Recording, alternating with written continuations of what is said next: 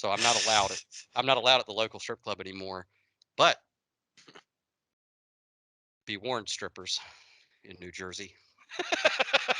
Oh boy. This month I'm on the way. So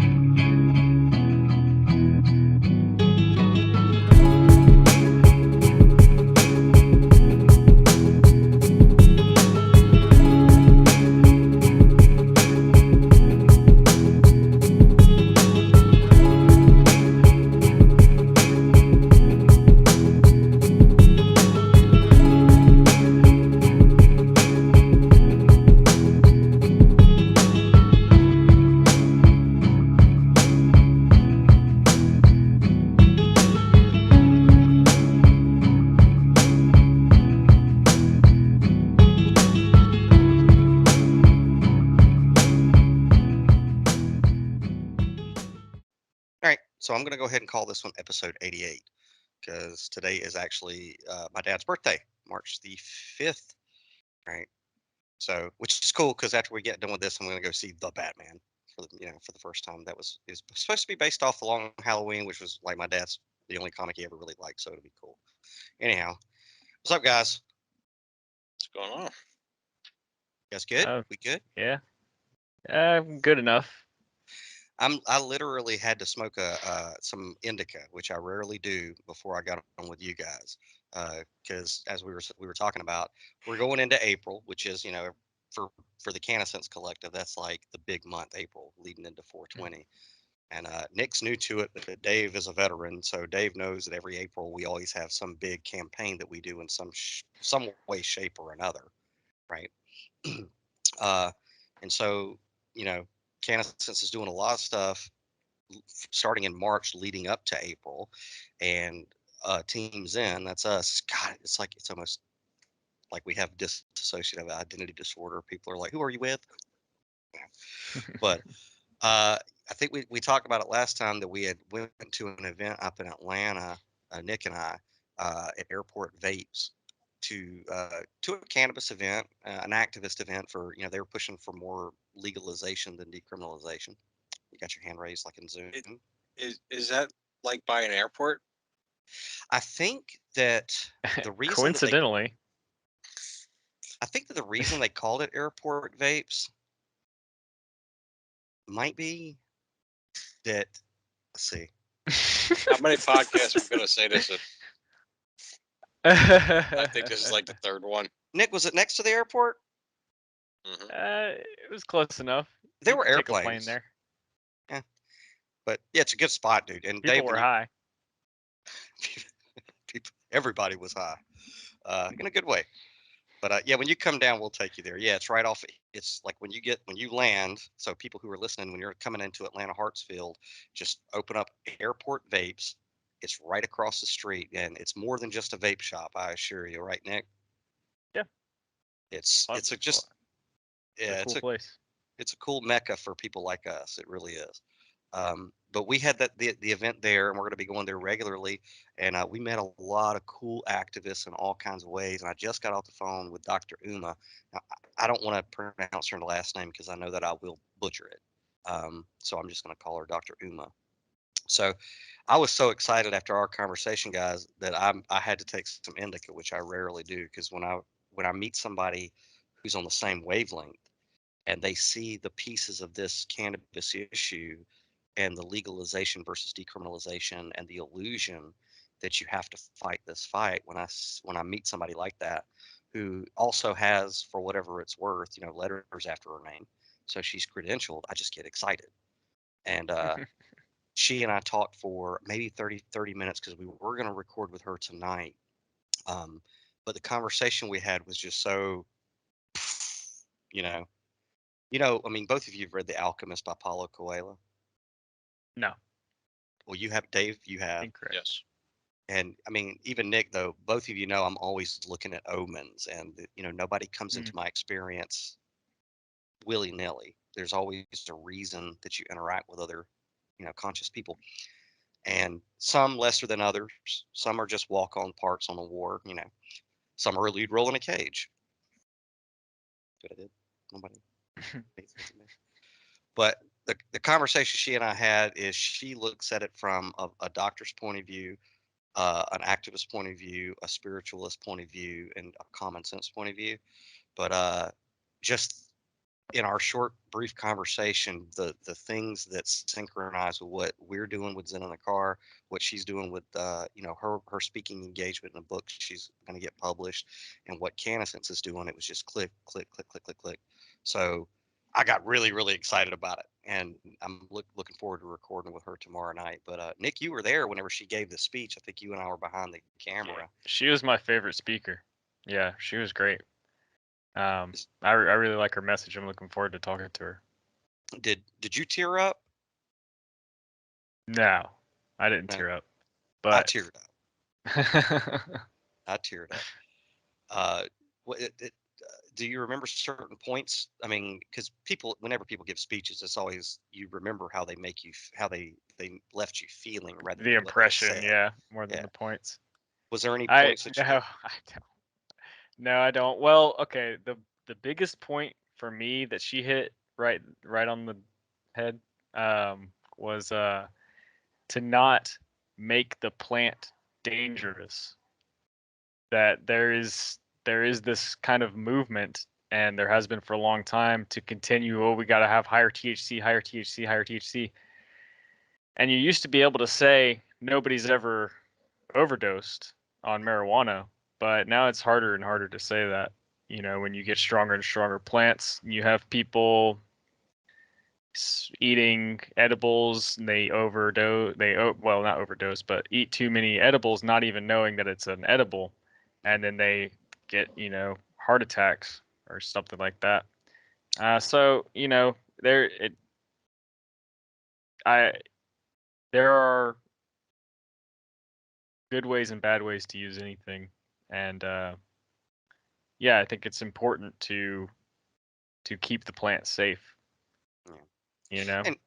And when she and I were discussing it earlier, and we'll go into depth tomorrow, is that she and I both view it as a spiritual sacrament first and foremost. You know, but I know that for me, because I was running back and forth from where we were set up, to the laptop, emptying footage and battery stuff. But maybe this is the point that I always focus on when I come across anybody who's into plant-based medicine like me, is how, the tragedy story that got them to realize that this is a medicine. There's always a loss, somebody testimony. who, Yeah. the testimony. But Mm-hmm. that's what stuck out, and so she'll be talking to us about that tomorrow. And then after that, we just have. I'm looking over at the slate that you wrote out, Nick. We have a flood of people from every single angle of this issue, specifically here in Georgia, on this issue that we're going to be interviewing. So all leading up to, 420, which is, Dave is going to be way more involved in this one because we got a lot of stuff to do, man. And it's like the other conversation that we're going to be having with Dr. Umi tomorrow is, and what the three of us have talked about it, is we appreciate the energy of activists, specifically here in Georgia or in any state where there's, that it's still illegal to have plant-based medicine. We appreciate the energy of political activists and cannabis activists and fighting for permission, right? But Dave, you and I both know that that it's a fight that is a voluntary, illusory fight. Because if the point is let's say, point is to here's the medicine, here's the people that need the medicine, right? Why are we going to, I don't know, this stupid Pokemon third party to ask them for permission when you already have permission to do this, get the medicine to the people, right? We know, Dave, that that's a fact because we've been providing medicine to patients in all 50 states lawfully since how long? When did you join? 2016. Okay. Well, I joined in 2016, but I believe that the collective, I might be wrong. I know it was at least conceptualized in 2015. So it's like from our perspective, specifically mine and your perspective, we're like, what's the fight about? Yeah, what are you fighting for? If We the already point, did this. yeah, like there's a group of activists who already did this. You know, Neil, the founder Neil, who we're going to have on eventually, he might be the cherry on top of the 420 interviews. But it's like we already did this, and we did it without having to ask permission from states to do it because the Constitution already, you know what I mean. We've been over this a billion times. It's already lawful. So it's like I don't want to get frustrated with political activists here, specifically in my home state. I don't want to get frustrated because it's like, forgive them, they don't know what they're doing. And that does sound condescending when I say it. It's like, but the fact of the matter is if the mission, if the objective simplified is, for example, there's 22 veterans that are blowing their brains out every day due to lack of access. If that's the problem, and the solution is get them their medicine as soon as humanly possible, then we've been doing it since 2016 at the earliest, right? It's like all of the energy that's in the legalization and decriminalization movement is great, but that energy could be better served in more things that are productive for all of us, like fully informed jury, you know, uh, Yeah. things like that. You know what I mean?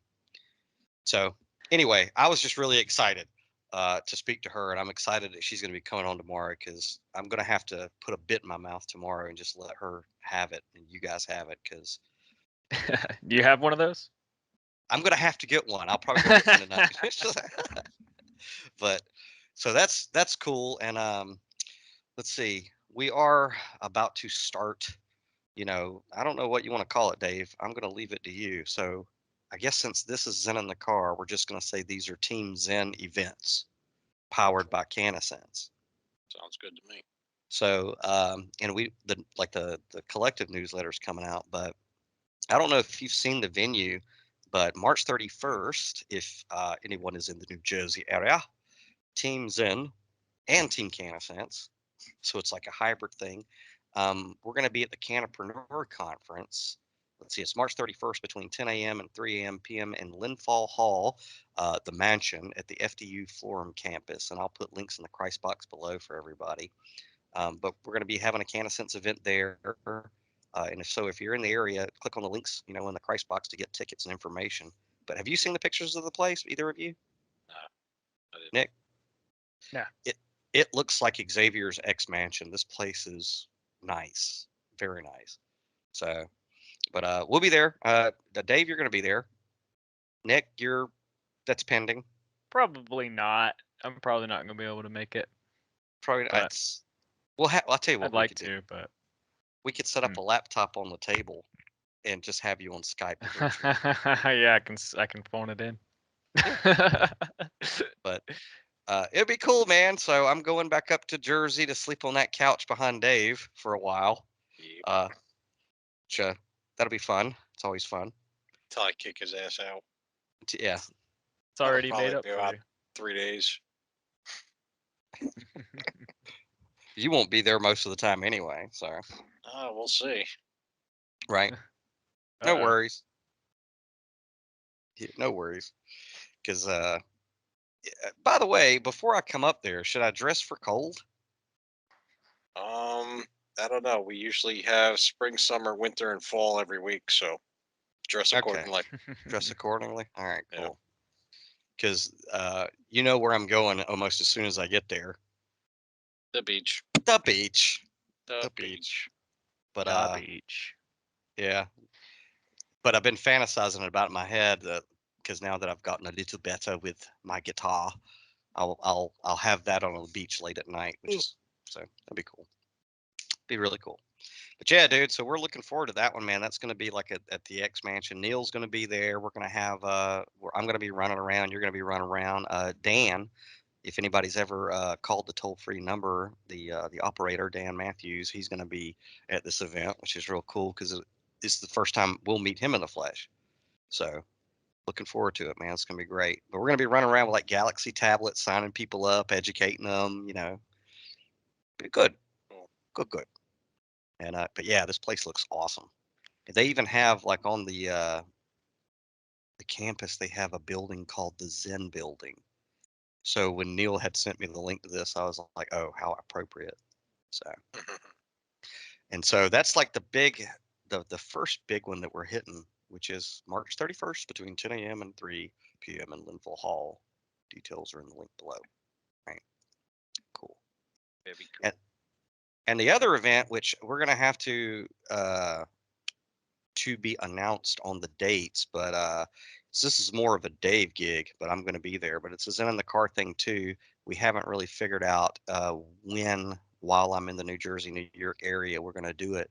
But the Smod Castle, Kevin Smith's Smod Castle. So, Dave, you live. Well, do you care to tell people where you live? Or are you paranoid? Why would I be paranoid? Middletown, New Jersey. New Jersey. And how does that relate to Kevin Smith and all that? I actually graduated the year after Jason Mewes from Oakwood School. And also Kevin Smith, Silent Bob's Secret Stash, comic book places right in Red Bank. I was an extra in Chasing Amy, which you can't really see my face too well. I was at the back of the audience, but did I that made it out. whole I do. spiel. Yeah, I was young, man. I was young. But that was in Asbury Park, and Clerks was filmed right down the road in Leonardo. And the Smog place is literally the next door over in the same building. Yeah. So Well, we took Cool. some what's the word I'm looking for? We took some gratuitous selfies outside the clerk, doing the clerk's pose. But yeah, Nick, it's like, and it's still quick stop, right? yeah, It's like it's still quick stop. But I think Wait, from so who was Jay and who was Silent Bob? Jay is the tall, skinny guy, I and mean, Silent between Bob. you two. yeah. Well, Uh, I think I had my leg propped up. So who is that? you were definitely Smith. Smith? Yeah. Nick? I guess he's the one with his leg I don't propped know. up. Yeah, I think y'all are like blends of the two. Yeah. I got long hair. Yeah. Yeah. Because at the time Right. I was like, which one of us is which? Yeah. So, uh, but but yeah, it was cool seeing that, man. I love the area up there. I get excited, man, when it's time to go up because I've only been up there, well, technically 3 times, technically, but Hmm. once really. I mean, for a long extended stay, but I love it up there. That's my second home, man. So I'm looking forward to coming back up. Just as long as Serena can make it up there. Well, this week the mission is to give Serena an overhaul to make sure that she does make it up there. It might be her last adventure, but All who's to right. say? Remove radiator cap, drive under new car, install radiator cap. You're good to go. She's had some. She's got some miles on her, that's for sure. But you know me, man. I don't know. Ride it till the wheels fall off, She's right? 35, ready to settle down. With 3 kids in tow. Yep. Yeah, yeah, nah. But anyway, but the second event, which we'll have to let people know, like on the Facebooks and the Twitters and all that good stuff, is I guess in the movie Clerks, the video store was where it is now, right? Yeah, it's right next door to it, and the Smog one is the next door over it, I think. All right. So what we're going to be doing, Nick, is Zen in the Car and Canna Sensor. While I'm up in the Jersey area, we're going to have an event there because it's like a podcasting. It's the world's only podcasting theater, and I'll put Yeah. the link to the Smod Castle there. We have to call and book it and all that. But me and Dave will be there in the flesh, and Neil from CannaSense will be there in the flesh. I'm sure I could convince him. And we're going to be having a podcast while we're there. And the situation with cannabis in New Jersey is interesting because, like, what is it, Dave? Like, Which part? it's just did they just legalize or decriminalize marijuana, cannabis, or how is it Well, working it in just your it state? just so happens on 420 of last year we did a cannabis thing in front of the Capitol in Trenton. Neil had his steel drums out. New Jersey Weed Man was there. We were just chilling, giving out period pens and all kinds of free swag. And that's when they made it recreationally legal. but they still haven't opened up any dispensaries to the public yet, which I'm hearing should be very soon. If pigs fly and all that good stuff. But that's basically where we're at. But there's been a loophole the whole time. Basically, you're allowed to share your joint with somebody, so it's not technically distributing anymore. So you could actually make up stickers or something and get donations, or pay for the sticker and get a free donation of weed. There you go. Here's a yeah, cannabis. Here's a sticker for $200, and here's your ounce for your donation. Great. So I have, and this is a guilty confession. And I don't know where this confession came from, but here I've never liked sweets or desserts or anything. However, in the past recent weeks, I've gotten into like enjoying cookies, like baking cookies. Because I think how it started, Dave, is your fault. Is you gave me a Planet of the Apes cookie jar, which is awesome, and I'm like, well, I got to put it to use. So I learned to bake cookies. So uh, I now I eat cookies. Like that's my little treat at the end of the night, which is so whatever. But when we do this Have you Smodcastle thing, have you been able to tell anyone to get their damn dirty hands off your cookies? no, but thanks. Thanks for that. I'll have to use that next time. But so yeah, when we do announce the Smodcastle event, I might even bring that cookie jar up. As a matter of fact, I intend to bake a lot of cookies that will be appropriately priced, that come with a free gift of uh, an ounce of medicine or whatever your donation for the. So that might be happening at Smodcastle, right? Uh, I don't know, dude. I mean, Dave, I don't know if you want to do that before we go to Fordham to the university or after. I don't know how you want to do it, but it will be in March, right? Is that when you'll want Sure. to? I haven't really thought about it. I've had a lot going on over here, so I'm gonna leave you to all the booking stuff, and you know I what was to gonna do, Mr. Wizard. I was gonna delegate it to you, but I'm excited about this venue because I mean it's cool. It's Kevin Smith, it's Clerks, it's comic book stuff, it's podcasting, it's cannabis. It's really neat. And the area, well, I love the area. So be cool. So if anybody's it's in Leonardo technically. So keep watching the Facebooks and the social medias for like whenever we announce that, because that's gonna be a fun time up there. And let's see. Then I don't Dave, I don't know if you're gonna be down here in Georgia. You should be. Um, but Team Zen has been invited to the let's see, it's the Georgia World Cannabis Conference in Atlanta, Georgia on April the 23rd of this year.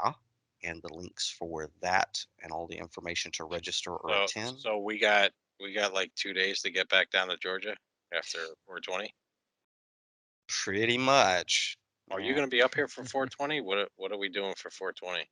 Mm-mm. To be announced. To be announced. So I'm leaving Jersey, or leaving up for your to hit you probably in between the 15th and the 19th. Mhm. And then I'll be there through the 31st. We're probably going to be booking more events along the way.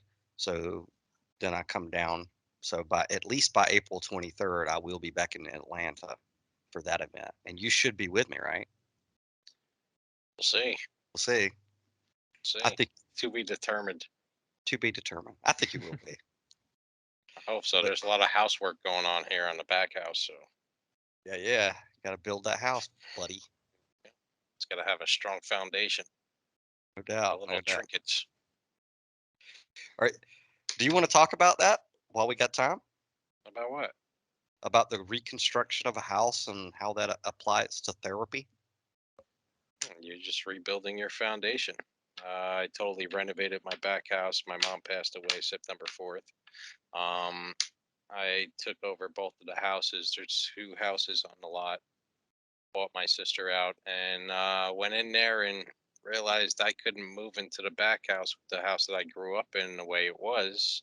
So I had to start doing something to alter the image, the layout, everything else. So it started with the kitchen floor being ripped up, and it everything was rotted. really bad. So we ended up replacing the whole floor in the house, and we basically rebuilt the house from the inside out. Are So, you at a point now where you're comfortable with talking about your mom? I don't know. I've been beat up the past day about it a little bit. I've been missing her. Yeah. Like we're burning off a lot of the wood in the back house, all the scrap wood in the little wood burner that we have over there.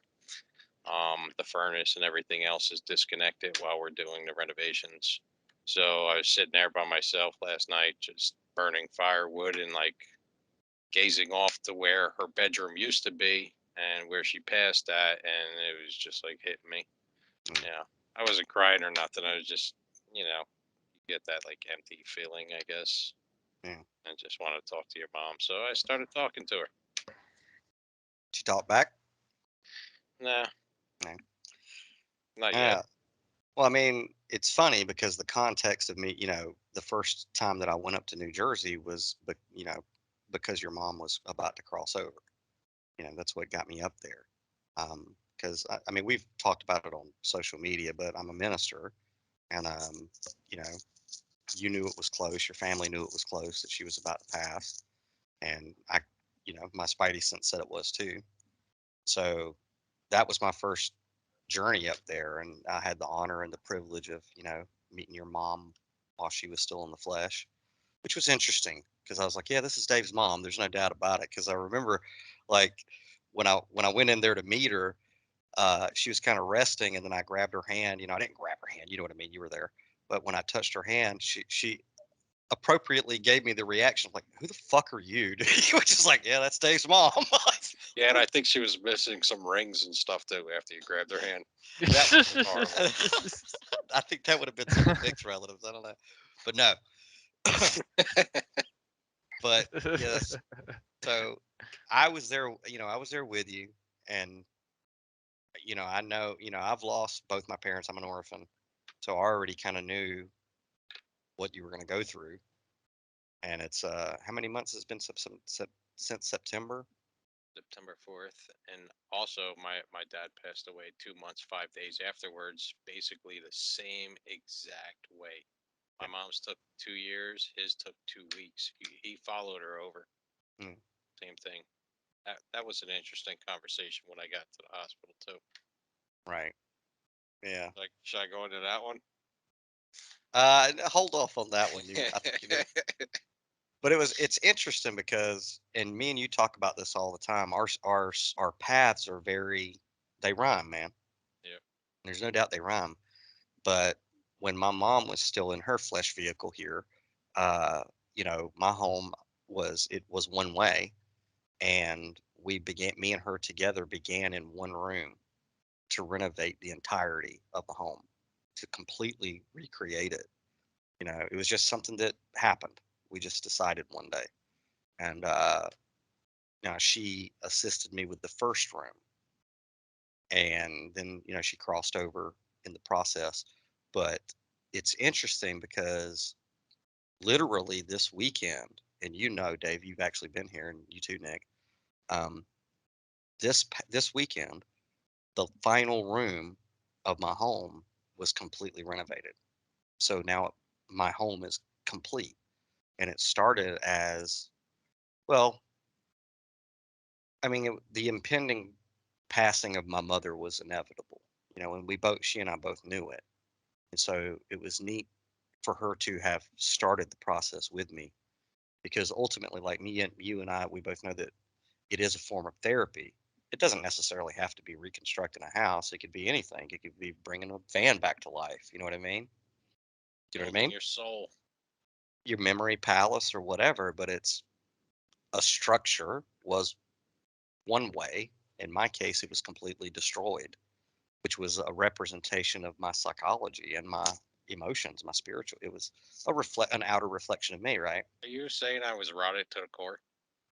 Hey, Yes. Yeah, me too. you said it. You said it. But it's interesting because the process of reconstructing or renovating a house is therapy. It's recovery, right? Mm. I mean, it goes to the same thing. It's like you It's, have to. it's the same as me doing wrenching.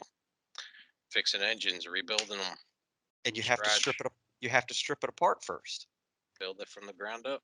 and build it. Yeah, you have to completely destroy what's there. So it's like I literally just finished renovations on my house, which was, for me was an internal external therapy to recover from the trauma of the loss of my parents and other things, right? And I know what you're talking about because the last time I was there and I saw, the house as it was that you're building, with your mom there. And of course, you've been just like I did with you back then. You're sending me pictures of your progress from the house. I hope you keep them too, because I did, so that eventually you could see a before and an after, right? So it's cool, man. It's really neat. I don't know how much I influenced that, but it was like the house needed to be reconstructed anyway. So, but I know where you're at. There were days where, there were certain spots of reconstruction here or things that I just needed to get rid of where I would just pause and couldn't because I was like, but that's the way that mom had it, or that's the way it was. And it's just, you know what I mean?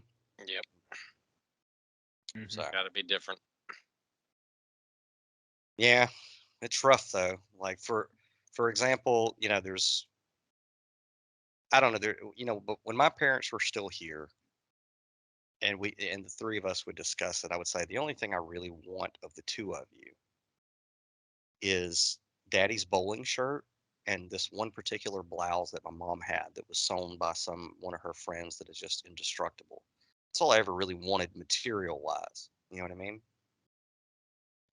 Because everything else that's material, I mean, everything else of them is still here. I'm the product of them. I told my sister, take everything. I don't want nothing. Right. I don't want nothing. And Fresh slate.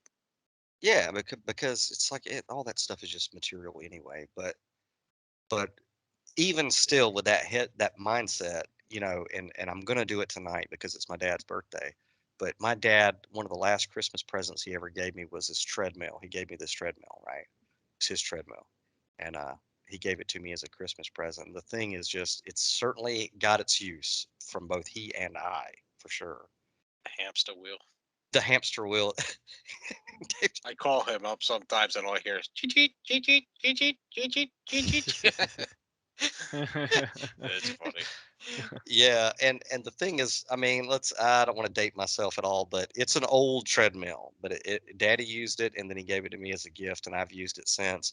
But I got to when I renovated the den and turned it into a movie theater, I was like, it's got to go. You know what I mean? It's falling apart. It's a hamster wheel. It squeaks, and I don't really use it I mean, I don't really have the need to use it as I have other methods for cardio. But I know psychologically why it's still here, you know. And it being Daddy's birthday, I'm like, you got to get rid of it. It's not him. Or put one of those water bottles in front of it with the little ball thing. You talking about the bird that does that? No, the water bottles Oh, for the oh, hamster. The little ball in it. oh. Yeah. Okay, I got you. I got The you. little man in a canoe. Yeah. And then another part of me, Dave, trying to be sentimental, was like, "Oh, maybe I could repurpose it and make it something clever." And then it's like, dude, it's not your dad. It's just material. Yeah. You know what I mean? Yeah. Get rid of it. So I feel you, dude. But you'll have ups and downs, you know. But I'll tell you one thing, because I see how fast you're making progress on it, which is literally as I'm watching it, and as almost as your therapist, your friend therapist, I'm like, I can see how long it took me to recover from that grief of the loss of my parents. And I can see like it took me this long and this much effort, but it's taken Dave this much effort and this much time. Right. That's how it's been all my life. My sister used to get pissed off at me too. Like she'd study all week for a test or something, and I wouldn't even like open the book, and I'd like ace the test, and she'd like pass with a D. She used to get pissed. But it's been like that all my life. Yeah. ADHD is my superpower. It is. Yeah. You just got to get a bit on that thing. But as for the grieving thing, I mean, I don't really think I'm grieving at all anymore. I know she's with me. I know she's around. She's visited other family members and stuff. If she had a message for me, if I was doing something fucked up or whatever, I'm sure she would call me on my shit, but she knows what I'm doing. She sees what I'm doing, and I know she's proud of me. She always is. So I'm happy with that, and I don't. Yeah, as for grieving, I miss her, but You uh, I know what you mean because it's like I don't ever talk about my parents. If I do, it's a slip in the past tense. mhm, Because I know, I yeah. know that they're here when they want to be, when I need them to be. How what's really funny is Jen has never met her before, and she came to Jen in a dream like last week. I don't think I ever told that, Hmm. but yeah, she's like, Jen texts me out of the blue, and she's like, does somebody love horses in your family? And I was like, well, my Aunt Doris used to have a horse farm, and my cousin Anita, they ride horses and this and that. And she's like, oh, never mind. And I was like, nah, nah, nah, you spill the beans. She's like, all right. Had a dream last night. Your mom was all happy and radiant riding a horse, and she like spreads her arm and said, I like horses or whatever she said. And I was Yeah, like, is there anybody else with her? But like Jen said, she was just so happy, and everybody else is with her and everything else. And she's wanted to go for a long time. yeah, Ever since my grandmother and Bob passed away, they were like 3 months to the day away from each other almost. He yeah. died on St. Patrick's Day. Move your Michael. Yeah, yeah, Yeah, yeah. My stepfather, who was with us for 19 years, passed away on St. Patrick's Day of a heart attack in the back house also. So my yeah. nieces got to see that, and I was at the hospital and everything when they brought him in. I was living, I don't know, probably about 40 minutes away from here at the time. But yeah. So she's been wanting to go for a while. Her mom Yeah. passes, then Bob passes away, and yeah, she got diagnosed with cancer like the first time, the lymph nodes, and she beat that, came back, beat it, and yeah, it's just been a fight ever since. But she's never really wanted to be here. My kids being here, when I had Robert and Nikki, that gave her a little bump. You know what I mean? But I well, it's been when rough. well, when you guys asked me to preach her funeral, um, if you remember, I remember. I mean, I know, like again, most people don't remember what you say; they remember the impression. But I do remember because it was something that struck me when you and your family were putting the pictures of the Mhm. montage, right? Collage, Is the collage, not montage, collage. Uh, montage. and your stepfather's name was Robert. Yes, Robert, right? and my son is named after him. Right, My real father's name is Richard. My stepfather's name is Robert, so I made him Robert Richard. People, right. Kid Rock. Now, That's his real name. whenever they were putting the collage together, and Dave, you probably remember this. I could see in the picture specifically where your mom and him were together. Yeah, That radiant. she just Yeah, glowed, yep. and when because it was similar to my mom, that those two together, that marriage was it, and she lost him, and when you find your, well, I don't want to wax poetically about this, but I can empathize. When Mm, you find somebody that is that click in your life, and I couldn't imagine it, but I did see it with my parents. When my dad he crossed over first, and after that, uh, I mean, mom was yeah, she was ready. Like yep. she stuck around on this planet for me to help me through some battles. Yeah, that's what I think what happened too. And you coming up here, I was distressed, and she knew I was too. And I think you coming up here and be like, yeah, we got this. She's seen how much support I had around me, all my brothers, and you know. Yeah, So I think she finally let go. and That's how I feel anyway. it was within 24 hours of me showing up. Yeah, yeah. It was kind of And weird. You a went little in there, weird. you anointed her, right? And you do your oil thing. I don't know. I wasn't in a room with you. I let you do your own thing. So Yeah. I anointed her and held her hand, and for the well, our audience is weird like us anyway. So yeah, I communicated with her in the way that we could, and part of my role in as a minister is to assist people in that. But I knew, I mean, and it's documented. I have journals. I already knew that it would be within 24 hours, 24 to 48 hours when I showed up. You know, uh, but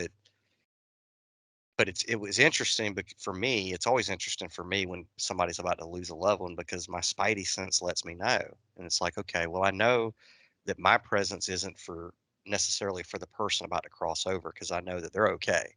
They they're more okay than you know. You know what I mean?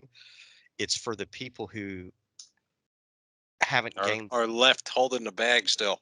yeah, who need to get the perspective that death is truly an illusion. It is just a transformation of energy, right? Can't And be destroyed or created. Just it just transfer. it just transforms. And my job in my own mind is like for you is I know how to communicate with those on a different frequency. It's science. It's not kookery. It's measurable and it's documentable.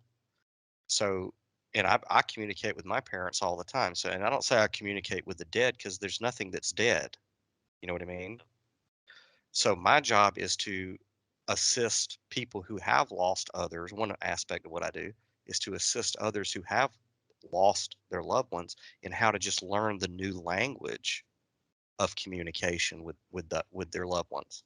Because that's really all it is. That's the only separation between the living and the dead is understanding the language to communicate, in my opinion. So I hope that like I've, you know, You know what's funny? You say that after my dad passed, and I was talking to one of my friends. I got a message from him saying, "Stop ignoring him." I was like, say that again. I was told to. My dad said to stop ignoring him. Hmm. So How'd you I take don't that? know. I I don't know. I wasn't ready yet. Maybe I don't know. Maybe I'm not in tune yet. Like I'm not Hmm. trying to ignore him or anything. Maybe I'm just not mentally there yet. You know what I Hmm. mean? Like Daniel said, different frequencies. So Yeah, different Yeah. ways. Have you, Nick? I mean, if you don't mind, have you lost anybody of significant import, or is that not an experience that's coming to your focus yet? Um,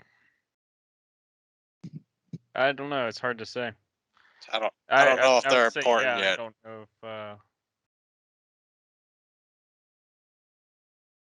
I don't really have a story to No. share ready on hand. Is it a fear But for you? Like, for example, for me, like prior to my parents crossing over, that was the a terror of mine up until the event. Like, there wasn't a day that went by while my parents were in the flesh where I didn't have at least 60 seconds where I dreaded the moment that I knew ultimately was gonna happen. no, it's not a fear for me. Good. You know, Yeah. it's an inevitability. My biggest fear is that I'll die before my parents, Really, and they'll have to deal with that. That's my biggest fear in that sense, in that very, vein of fears. very understandable. Yeah. Hmm. Yeah, I could see that, but that never really occurred to me. But Hmm. I mean, until you just mentioned it. But yeah, Because I can imagine that'd be devastating. But I mean I've come to terms that in my experience, like my great grandfather passed away, and right before he passed away, I had a dream that he was just ecstatic. You know, he was just ecstatically happy, and and I don't know, it eased it in, you know, Yep. and then he passed away like next day, if not a few days later. And but I mean, I knew he was ready to go. I haven't had anybody that I've lost that wasn't ready to go. Yep.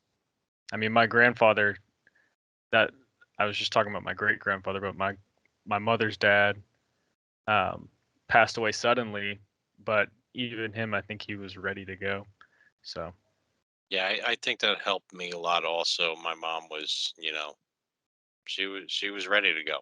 You know what I mean? She was comfortable with it. She knew what was going on. She was just ready, and I think that helps me a lot on my day to day.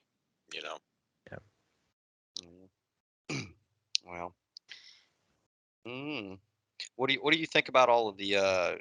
Because I mean, me and you talk spirituality when we're on the bridge of this enterprise, Nick. But what are your thoughts on weird things like, for example, Dave and I communicating with quote unquote the dead or our parents? Do you think it's psychosomatic, or there's some science to it, or it's just imagination? Like, what are your thoughts on that? I think you should be weary of communicating with spirits in general. Um, I don't I don't think it's psychosomatic. I think it's a real occurrence, and I think it's a well documented thing. But I don't think you should just always assume that you're communicating with who you think you're communicating with. But I don't know. Well, the Bible says test the spirits, right? Try the Exactly. spirits, right? Well, yeah, test the spirits. And then Yeah, and that that in this that can be in the sense of the spirits that the way that we think of it, spirits as in people who have moved on to the next plane. But it's also just that saying is just generally to always test everything you interact with, even different people. So to always be testing it and be wary. So yeah, be as wise uh, as a serpent. So I mean, and I agree with you. Like because I'm the foundations of my spiritual uh, journey is always going to be in the Bible anyway. hmm, Uh, I believe the Bible is the truth, uh, and that it is inspired. My interpretations of it are heretical, which means free thinking. Orthodox means narrow thinking. Heretical means free thinking. My interpretations of a lot of the scriptures are a lot different than how most organized religions interpret it. But try the spirits is certainly somebody who, me personally, who's been through spiritual warfare training and all that. It's like, yeah, you do have to be careful. You could be talking to a spirit that is pretending hmm, to be a loved one that's lost. And I used to be so terrified because I interpreted the try the spirits thing as all of them are, right? Like there's only hmm, one guy that you can talk to, and it's got to be Jesus Christ. And that's the, hmm. but then Well, the, even then, if you're not testing the spirit, you think you're talking to Jesus Christ, and you're really talking to Lucifer or an angel of light. an Uh, antagonistic thing. hmm Yeah. And in a way, it's not even a antagonistic thing. It's just another means to the same end. Yeah. So, if you can see through the deception, you're still getting the same information that you would be. So, yeah, You got to be careful. Well, let me just ask have you to be this though. careful, I guess is my point. Let me ask you this. So, and I don't have a church to build, dude. I like just discussing it because it's like, hey, I also know Romans 14 says make up your own mind. Each individual believer makes up their own mind about X, Y, or Z. But so I like to just find out where people are at in their journey. But we both agree, try the spirits. I used to be in my early infant Christian walk. I used to be of the mindset, well, how that properly applied means that all spirits are trying to deceive you except for the one that is Jesus or whatever. Um, do you see it that way, or do you see that, okay, yeah, you should try the spirits, but perhaps Daniel and Dave are legitimately communicating with the genuine spirits of their parents? Do you think that that's a possibility, or do you kind of, No, yeah, it's a possibility. I just think it's more likely that it's another kind of spirit. I would concur that Um, it's. yeah. See, I would. I don't go looking for them. If they come to me, they come to me, and I know it's genuine that way. You know what I mean? Yeah. Well, Because I you'll mean, just know certain things that nobody else or anybody else would never know. You know. So. Well, I guess what I would say is, um, don't necessarily take their guidance. You know, um, take it as a take solace in that they're happy and they they're in a better place if that's what you see. But I wouldn't necessarily, if they were saying to do something, I wouldn't necessarily do it. Is the way I would see it. Um, right. I'm not listening to voices either. Well, I mean, uh, yeah. I mean, like when you go through, well, I don't want to. I can assuredly tell you, and Dave knows this, and I know you do too, Nick. But if there's one message that you do get from the New Testament is that uh, if you're here in a flesh suit, you are in the middle of a battle zone. That this is spiritual warfare. I mean, that is the premise of Earth, is that it is spiritual warfare. And the Bible says, "For we wrestle not against flesh and blood, but against powers and principalities." Right, which is talking about entities outside of the light spectrum that your meat suit can perceive. So, yeah, even me now, I openly, when I talk about communicating with entities on the other side, it I have to preface it with there's a decades of experience, study, and learning behind that. So I'm not just willy nilly screwing with a Ouija board, you know, going, oh, well, there's a message, go do this. When I'm doing my communication, it is with, the decades of training in spiritual warfare. You know what I mean? So I kind of take it for granted that if somebody hears me talking about these types of things, that they have that training too. And it could be dangerous for somebody. You know what I mean? Like, for example, we were talking about tarot cards off the air.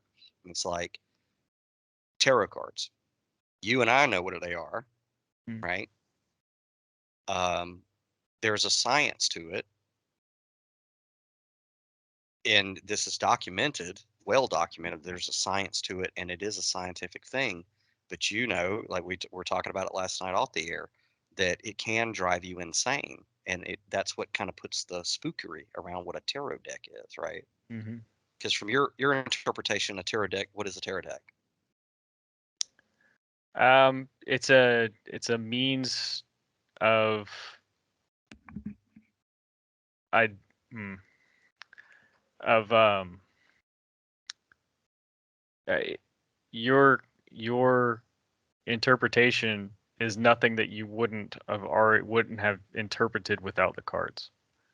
So it's I mean, you would say it's a means of tapping into your subconscious, but I don't even know if it's necessarily that um, exactly, but I don't know how to describe it. You said last night, you said if your subconscious is in shambles anyway, Mm, yeah, right? yeah. It's you're the reflection you're gonna get is gonna drive you crazy. Um, what I'm thinking now though is it can be it's something that can be easily manipulated. You can easily manipulate yourself with a tarot card deck because you're interpreting it. So um, I think I was saying the same thing over the course of the past couple days. Like basically where your psyche's at is how you're going to interpret it, mm, and maybe not the true meaning of what you're supposed to be interpreting.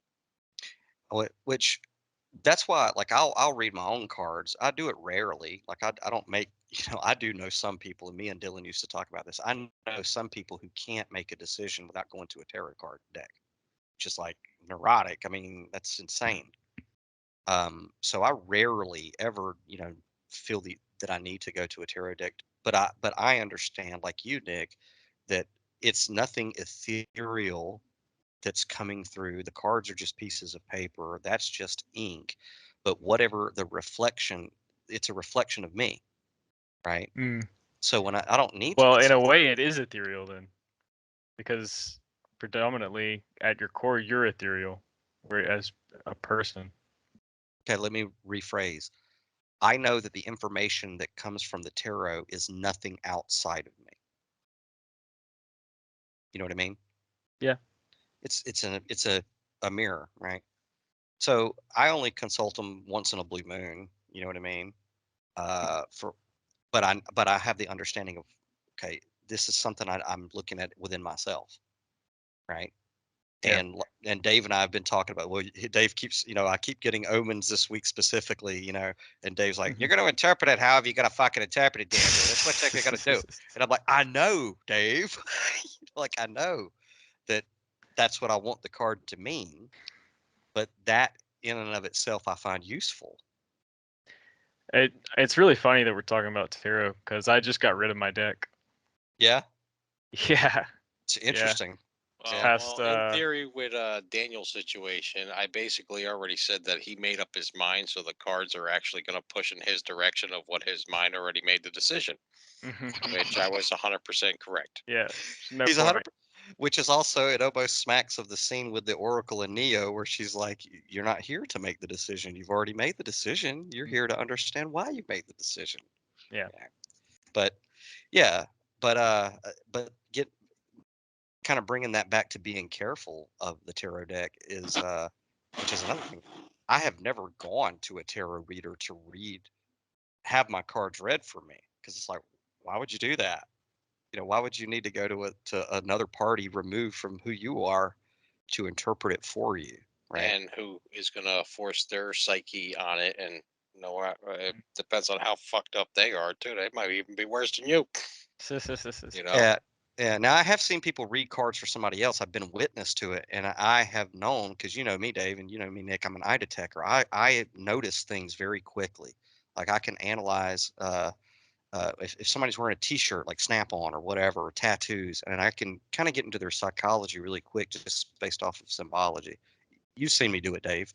Yeah. I have no Uh, idea what you're talking about. right.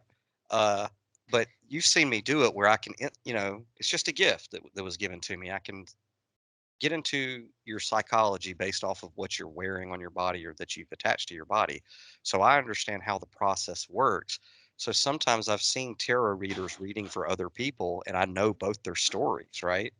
Mm. And I'm like, that fucking bitch is just superimposing her story onto this other person, and this other person's going to go do some screwed up stuff, So I've never, in that sense, the tarot is a dangerous tool. Yeah, Yeah. the one time I seen you actually do that, and I was really impressed. And you're looking at some young woman's arm that was in Perry uh, Carnival, and did you actually make it? How do you know you didn't die?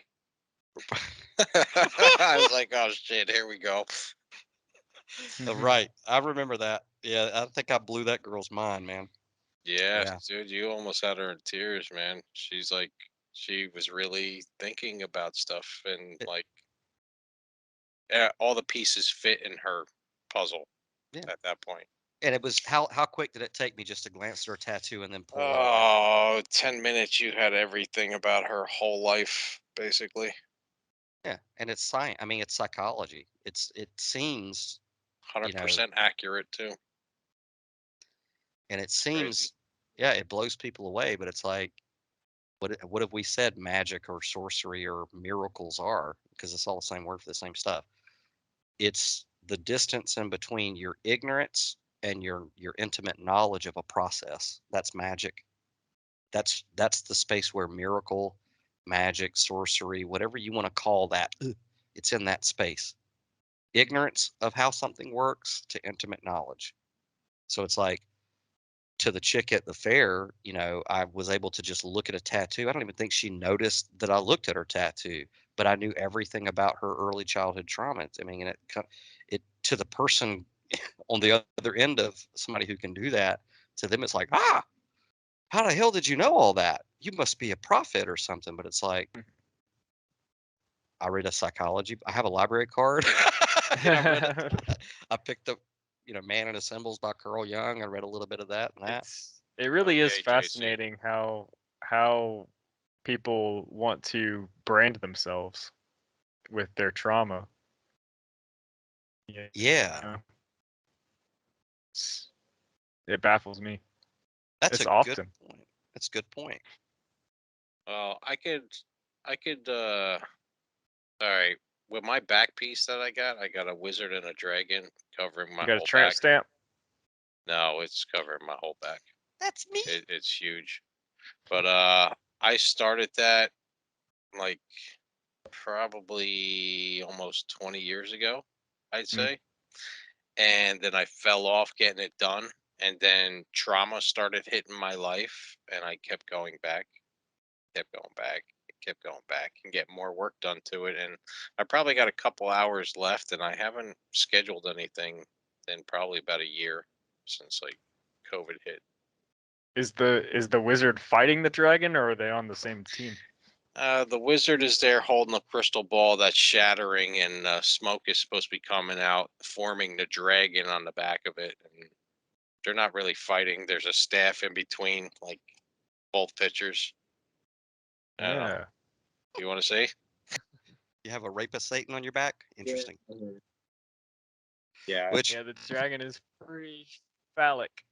well, and time is running out for me, fellas, because I have a date with the Catwoman of the Batman shortly. Well, you know whose my artist name is? He trained under Paul Booth. His name is Lucifer. Are you? They call him Leor. He's actually from Israel. And he's been training over a really big artist here, was his protege for a long time. And then opened up his own shop and everything when Paul Booth went off doing his fusion art thing. And that was about it between them two, I think. Nick, you have a tattoo? Yeah, it's definitely good work. No. You have it? No? Are you ever going to get No. one? Probably No, not. me neither. Yeah, probably Virgos. not. Team Yeah. Virgo. Yeah, no. We don't have to reincarnate like these people. That's You my. guys, That's what you I. guys should go together and get like matching ones. You guys could put like two chodes on each other. I get a No. tattoo that says no tattoos. No merch. I Oh. I have thought about getting a tattoo that says do not resuscitate. Hey. I always said if I ever But- did get one, I never will. Yeah. But it would be the communicator, the Star Trek communicator, the Delta Shield. I would get that if I ever did get one. Yeah, that'd be good. Jesus. But yeah, I do the do not resuscitate thing if I thought that it would actually work, but they'll resuscitate you anyways. So then just give me a reason to be pissed if I ever get resuscitated. It's like, could you not read? Yeah, I wrote it in black ink for you. It's in the instructions right here on the label. Nutritional facts and do not resuscitate. Yeah, I got to run in a minute. But speaking of tattoos and being able to read somebody, I guess now we can close this out with my new hobby that we've been harping about, stripper flipping. Dave knows what it is. Which you want to tell I've done people? a lot of stripper flipping. Well, I don't. I think. Wait, you're talking about something else. Yeah, I'm talking about a new hobby of mine. I don't know how long it's. Well, I know that I can't do it here where I live anymore, but I am going up to one strip club. Right, and I've been banned. So. Are you serious? Yeah, that's why. Yeah, I'll tell you what stripper flipping is for people who don't know, because nobody knows because I invented it. Well, how do I build this story? Let's see. One time in band camp. Right. My adult life, I've never gone to a strip club. It's just I'm a demisexual, right? So it's like it doesn't even for me. My sexuality and intimacy is paired with intellectual stimulation. So it's like for me, it doesn't matter if you look like Scarlett Johansson. If there's not some type of intellectual something happening, what's the point? The physical aspect doesn't kick in for me. It's weird. So there's that. Sure, it's not just ED.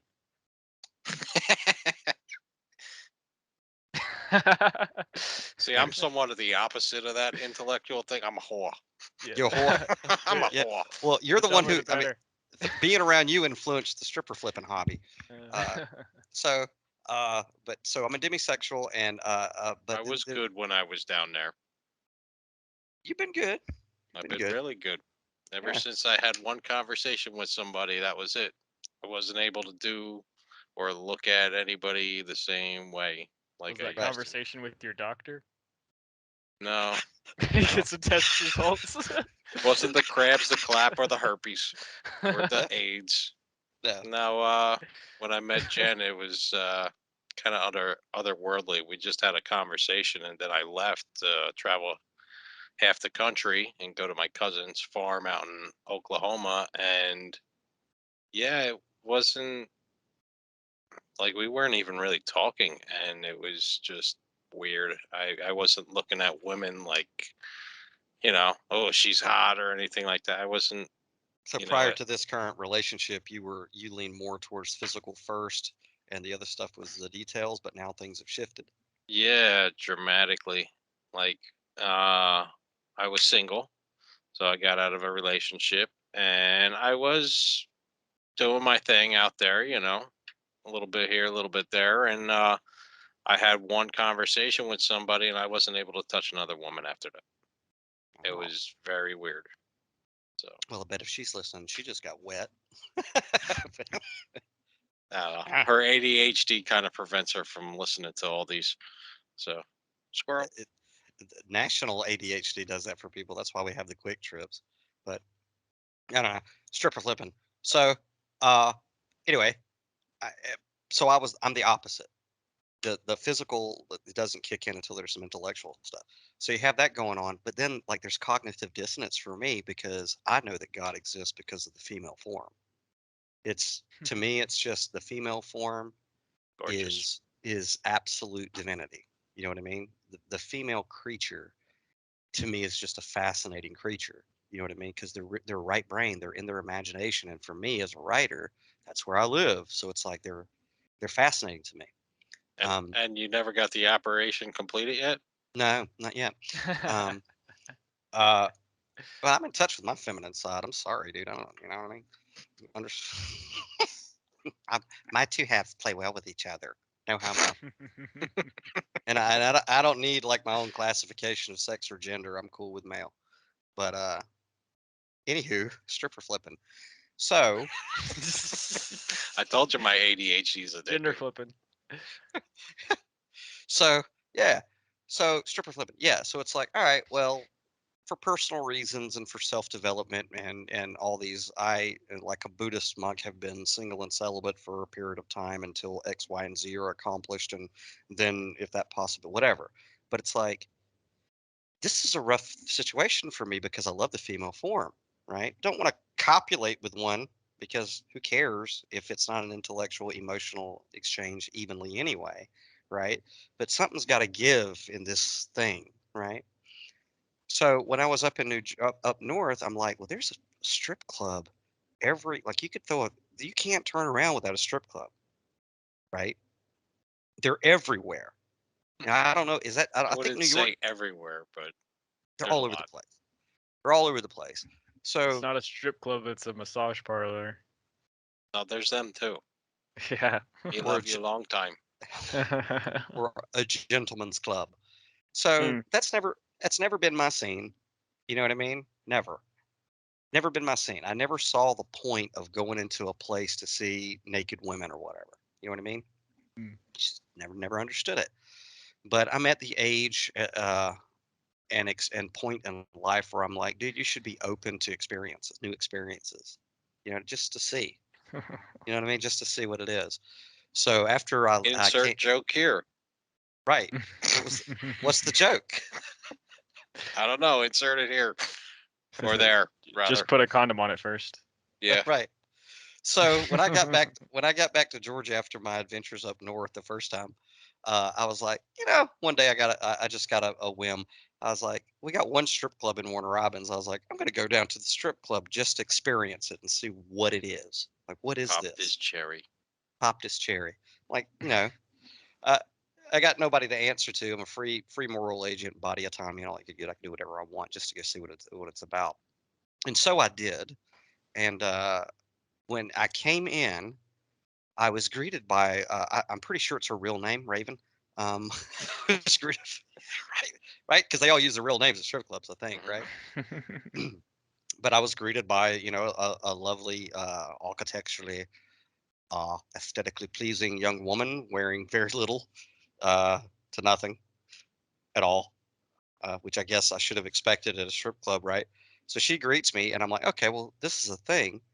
So we're sitting at I guess the bar because they don't serve alcohol at strip clubs here, so you can't drink, which I don't drink anyway. So it's like, okay, but so I'm sitting at the bar area, and I'm having a conversation, and I know like this is her job. Like her job is to do whatever strippers do.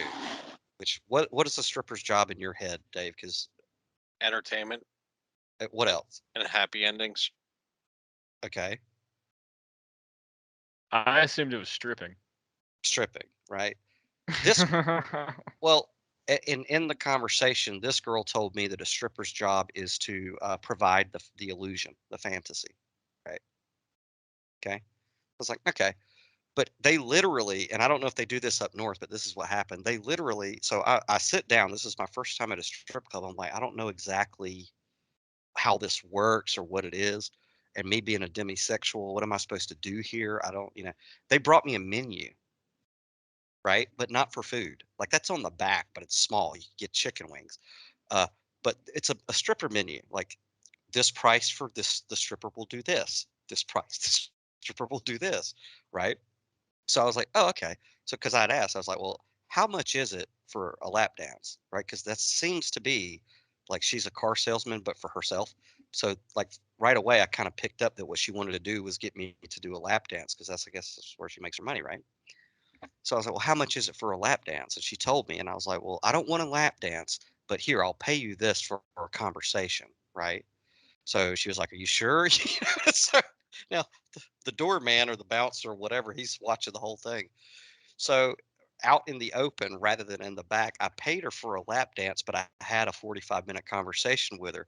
And I did the thing with the tattoos because she's covered in tattoos, which I mean, because a young lady who works at a strip club has no childhood trauma, right? No, she was covered in it. Like she was covered in childhood trauma. And I did that thing that you saw me do at the fair, you know what I mean? And it's even easier when they have no clothes on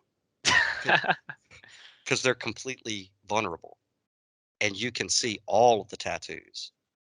So by the end of the conversation, I had gotten down to her root childhood trauma, and she was in tears and had decided that she didn't want to be a stripper anymore. so, so I was like, I left the strip club when they, at 2 a.m. in the morning, I left and I was like, that is fun. That is a lot of fun. Like I had a lot of fun. And a few days later, I was like, I have a new hobby. I have a reverse Hannibal Lecter hobby with vulnerable naked women who have a lot of childhood trauma because all of them are covered in tattoos. You know what I mean? Mm.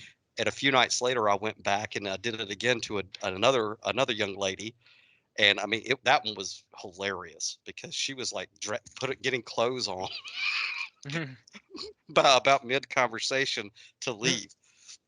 Uh, so then, yes, the staff of the gentleman's club here in One Robbins after the second stripper flip was like, "Don't come back, dude." Like it's like we're having a high turnover rate. You've already in a couple of weeks you've reformed 2 strippers. I don't know. So I'm not allowed it. I'm not allowed at the local strip club anymore. But be warned, strippers in New Jersey. Oh boy. This month I'm on the way. So I don't know. But anyway, guys, That's pretty I cool. think yeah, you like that? I like it. Stripper flipping. It's a good hobby. We'll have to do Yeah. it while I'm up here, Dave. Just go in there and Don't bring get these me in trouble. bring some strippers into tears. And you know I can do it. Yeah, I know. Yeah. I know you do it to everybody we meet. Kind of annoying. Some people say it's triggering, He but just loves tears. I love healing tears. Oh yeah. So anyway, I got to run to the Batman. Everyone, click the links below. We are Team Cannabis and Teams In. We're going to be in New Jersey, March 31st at FDU Florham campus. I said Fordham earlier. The mansion at Florham campus. So that's March 31st. Links below. At some point, me, Dave, and Neil will be at the Smod Castle, Kevin Smith's Smod Castle in Leonardo, New Jersey. I'm pretty sure there's going to be a lot of cannabis there. Not 100% sure, but 99.99% sure. And then, and dates and times will be announced there. And if you are in the Atlanta area, April 23rd, Team Zen / CannaSense, or Team Zen powered by CannaSense, is going to be at the Georgia World Cannabis Conference in Atlanta on April the 23rd. Also, at Airport Vapes, March 19th, there is a slim chance before I make it to Jersey, I will be at an event at Airport Vapes in Atlanta. Um, Gip from Goody Mom's going to be there with some other hip hop artists. It's another 420 hour with James Conway and his group. So I might be making an appearance there. Not quite sure. Hang out with some hip hop artists and yeah, hi. Might do that. Don't know. But it's invite only. So sorry if you're hearing this. Just be jealous. So anyway, I gotta go run and see the Batman because it's going to be great. This has been a good one. I'm looking forward to tomorrow with Dr. Uma and all these other guests that we got coming on because I think honestly, I'm looking at it like a jigsaw puzzle, fellas, and I'm like, if we can put these guests together, then we can end the entire plight of stigma about plant-based medicine in Georgia and the South with what we're going to be doing this year. I really believe it. So, Nick, you got anything you want to? Any pearls of wisdom before I get out of here? No. Brilliant, Dave. It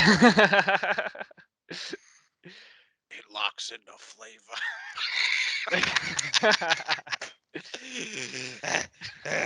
You really stuck it to me, didn't you? Anyway, so it's This little red button. if I push a button, you son of a bitch, or whatever he says. Anyway, episode 88. Links are in the Christ box below. Don't forget, we do our monthly 420 contest. If you're a subscriber to Zen in the Car on any of our social media thingies, you get entered into a contest. We pull a name at the end of the hat, which we have to do for last month. Sorry, we're late. And we give away $420 worth of medicine from the CannaSense Apothecary. And I think that's it. Subscribe on all the doohickeys.